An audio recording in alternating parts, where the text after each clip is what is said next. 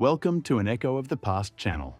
I'm Tycho Brahe, a Danish astronomer with an artificial nose who changed the way we look at the universe.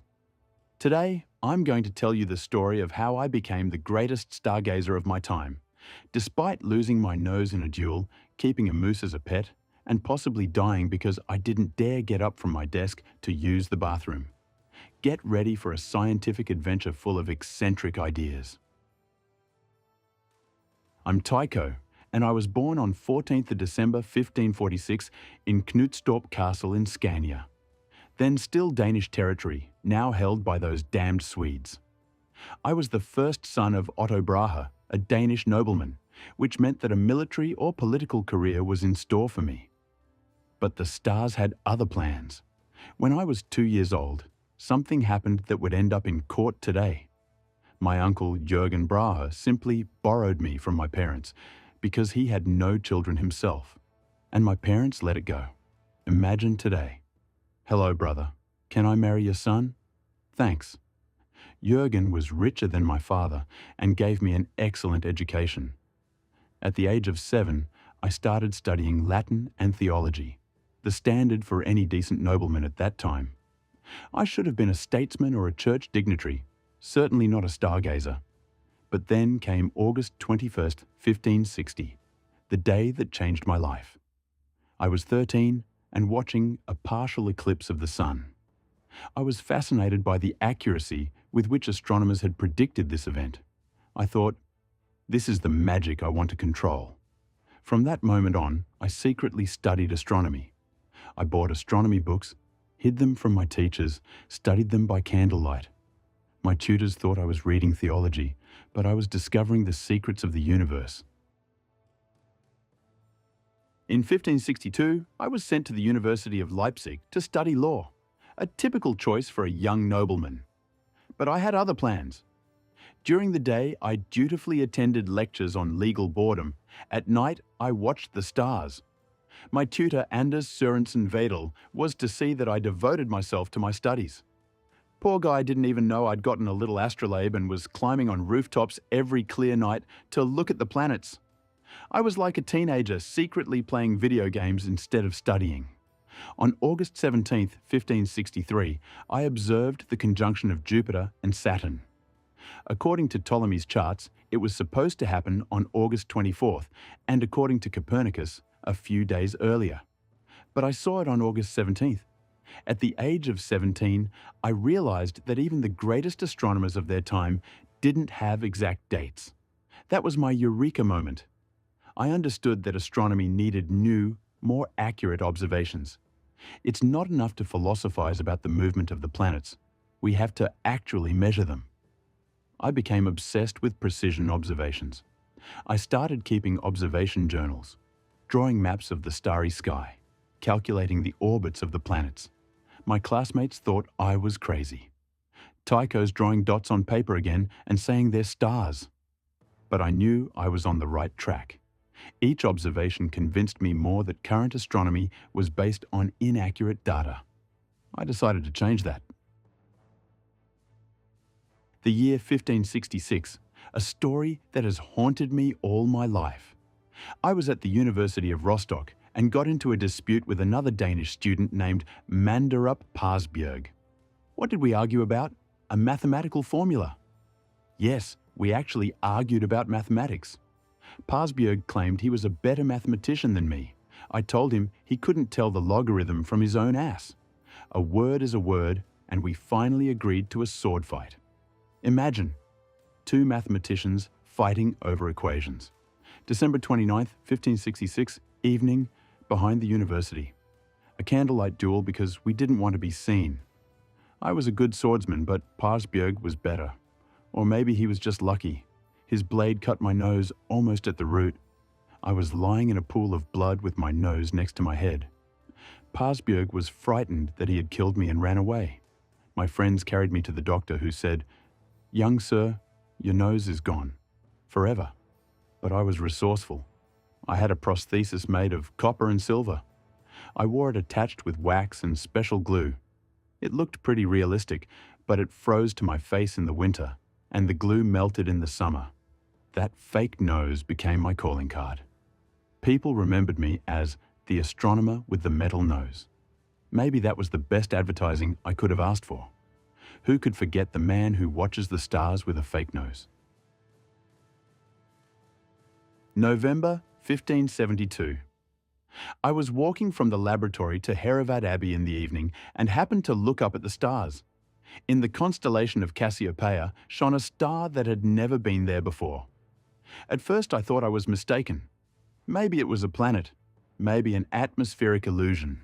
But no, it was indeed a new star, brighter than Venus.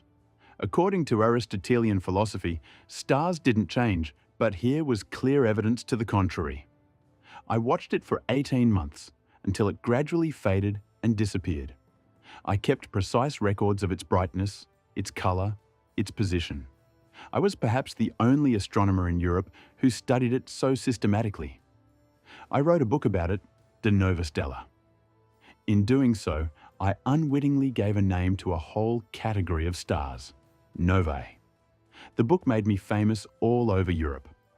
Finally, I was not just the weirdo with the metal nose, but a renowned astronomer. That supernova, as we would call it today, opened the door to the best courts of Europe. Emperor Rudolf II invited me to Prague. King Frederick II of Denmark offered me his support. Suddenly, everyone wanted to know the Dane who had discovered a new star. But the most important thing was that the star finally destroyed the Aristotelian idea of the immutability of the heavens. I showed the world that the universe is changing, evolving, alive. That was a revolution in thinking. King Frederick II was so excited by my discovery that in 1576 he gave me the entire island of Ven in Öresund. Imagine, a whole island just for me and my astronomy. It was like getting my own kingdom of science. On the island, I built Uraniborg, the castle of the heavens, the most modern observatory in the world.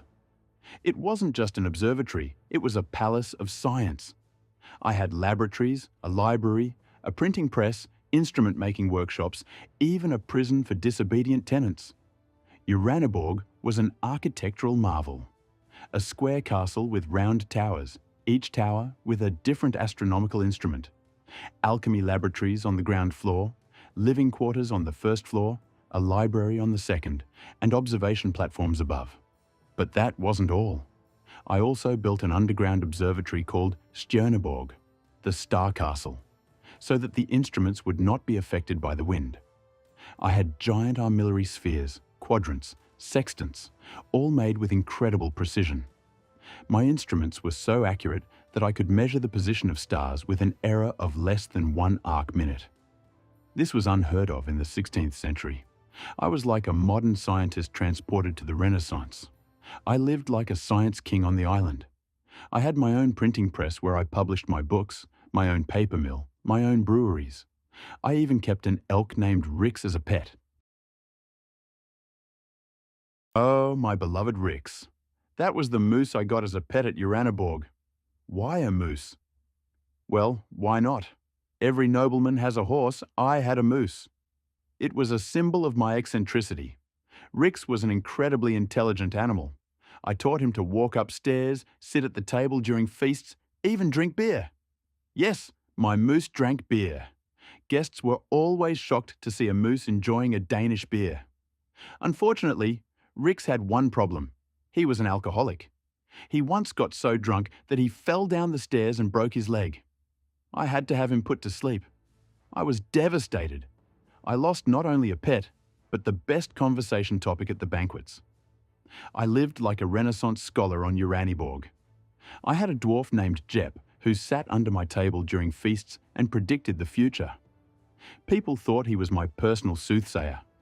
I threw grand banquets for European nobles and scholars, served on golden crockery, music played, poetry recited, and in the midst of it all, I explained the movement of the planets. It was a mixture of science and theatre. But I had a dark side. I was obsessed with alchemy. In underground laboratories, I tried to make the philosopher's stone, searched for the elixir of youth, experimented with the transmutation of metals. Half the time I was an astronomer, half an alchemist. All good things come to an end. In 1588, King Frederick II, my patron and protector, died. The new king, Christian IV, was just a child, and the regents didn't like me. They thought me an arrogant and expensive freak. Gradually, they began to cut back on my financial support. They complained that Uraniborg cost too much money, that I was a despotic lord of the island, that my experiments were too strange. Imagine, they criticized me for being too scientific. In 1597, I decided to leave Denmark. It was a painful decision. I had to leave my beloved observatory, my instruments, my island paradise. But I didn't want to live under the control of narrow-minded bureaucrats. Emperor Rudolf II invited me to Prague with an offer I could not refuse.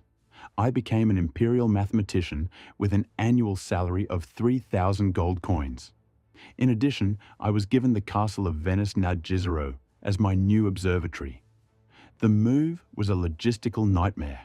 I had to transport giant astronomical instruments, thousands of books, laboratories, an entire household. It was like moving an entire university. In Prague, I met a young Johannes Kepler, who became my assistant. Little did I know that this strange German would one day take my observations and make them into laws of planetary motion.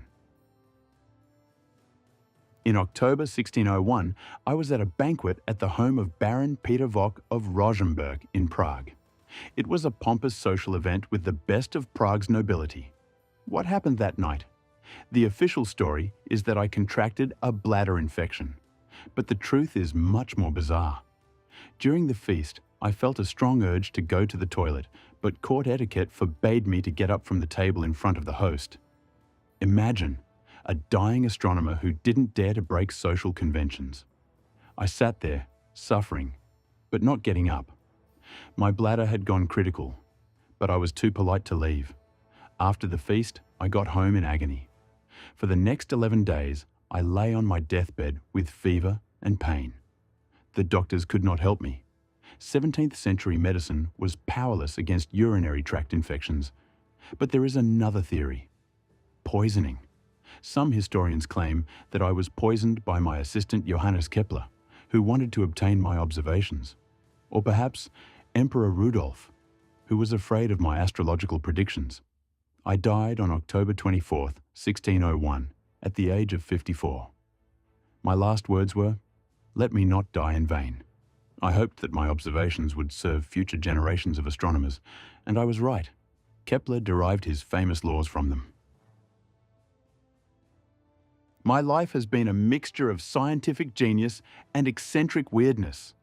I've lost my nose in a fight over math. I've bred a drunken moose.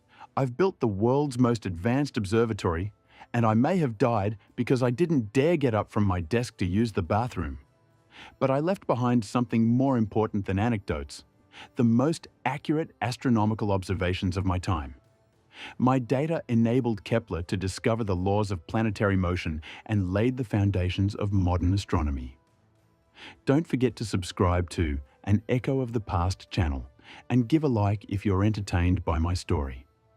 The history of science is full of strange personalities who changed the world despite their oddities. The past whispers, the future listens.